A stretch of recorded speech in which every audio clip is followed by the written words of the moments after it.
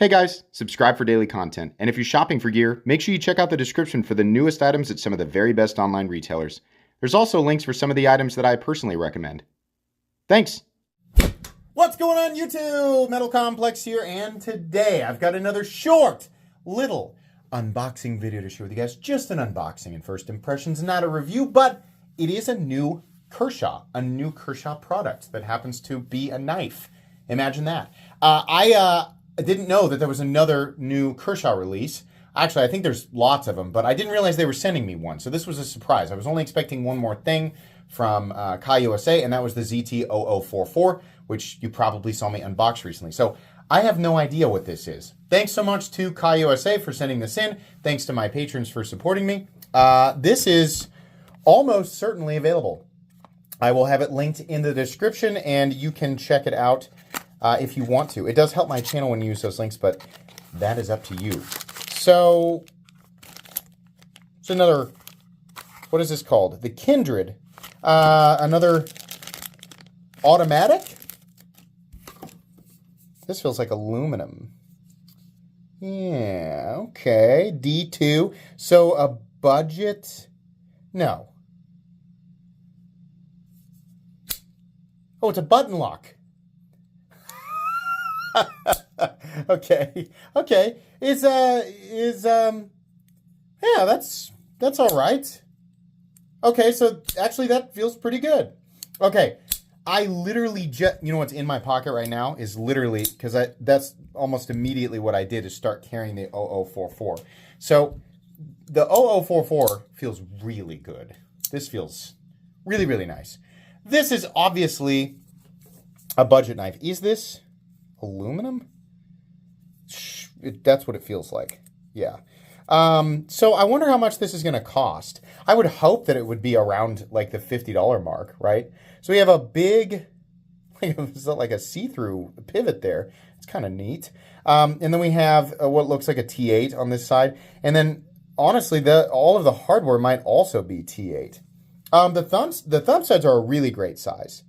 I love that. I love that they didn't just do the teeny tiny stupid little pokey thumb studs. That actually feels really nice. And then the button, while not as, how do I describe this? This has a distinct clicky release, and the entire thing like feels clicky both in the opening lockout and the closed position, right? This does not feel clicky. This feels like you're just moving a couch across the floor. Does that make sense? It's not a bad feeling, right? But there's almost no, like down here. Yeah, more of a lump.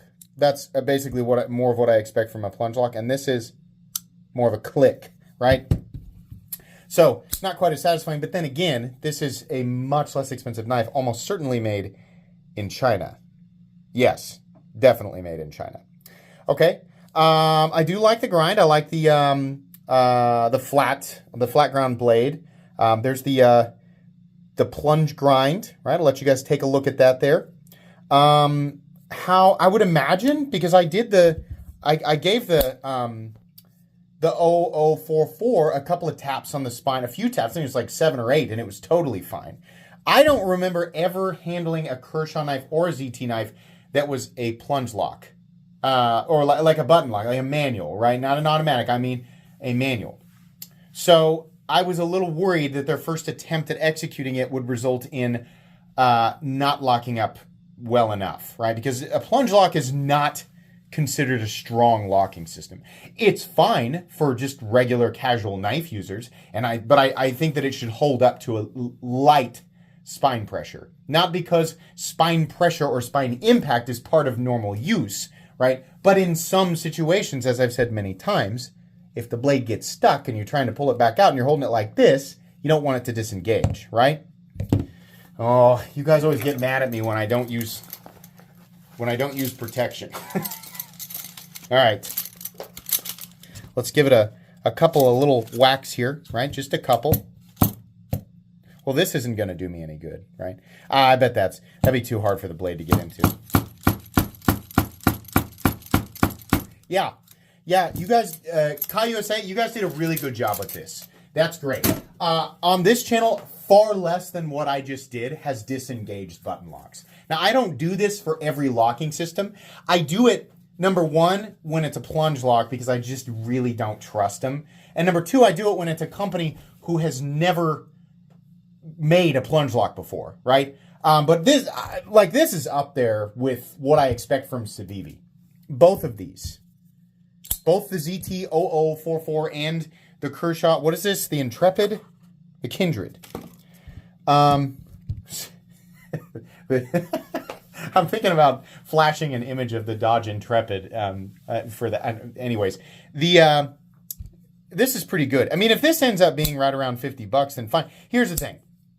It's neat that Kershaw's tackling a plunge lock because they've never done it. It's also kind of confusing because I feel like that fad is dying, right? For their first one, though, they did it really, really well. Do we need more of these? No, not really. Will people buy these anyway? Yeah, probably, right?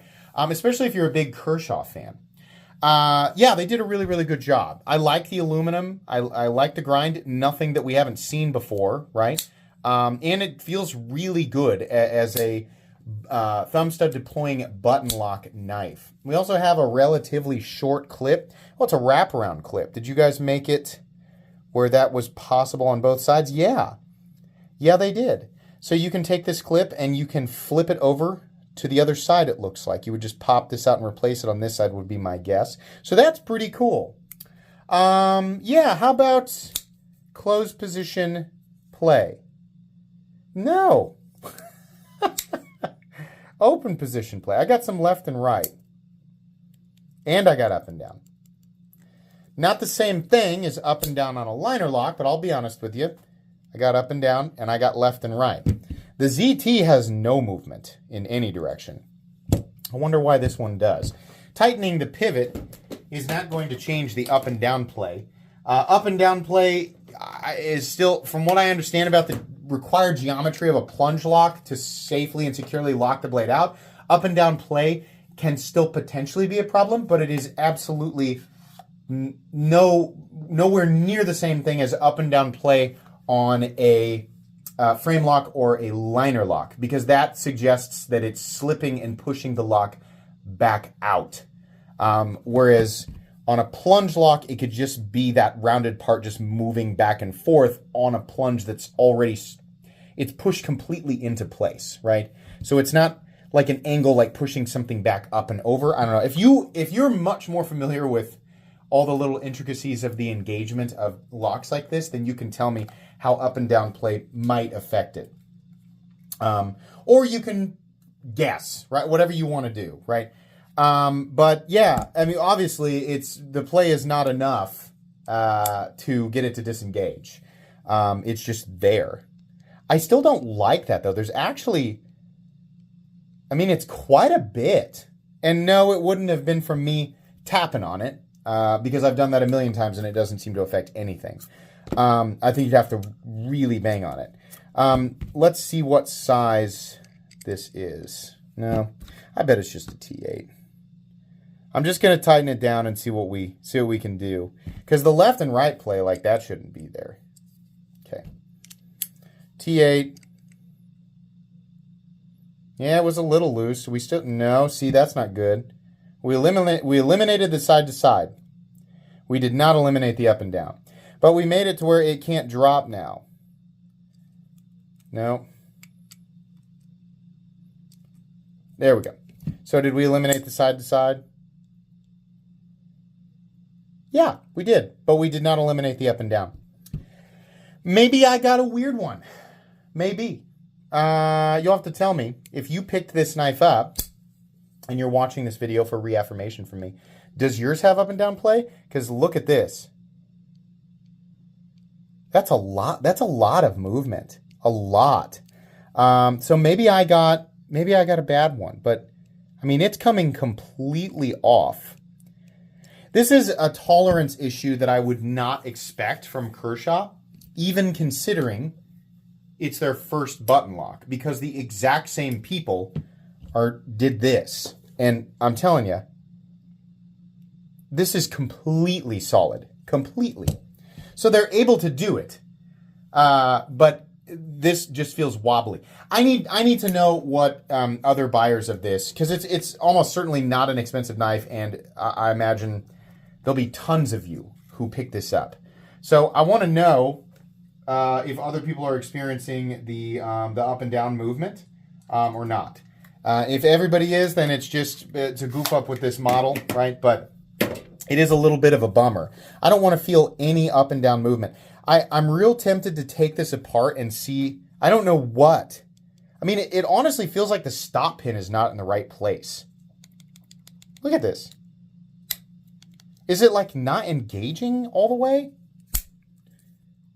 No, this is crazy. The amount of movement is insane. I have never felt that.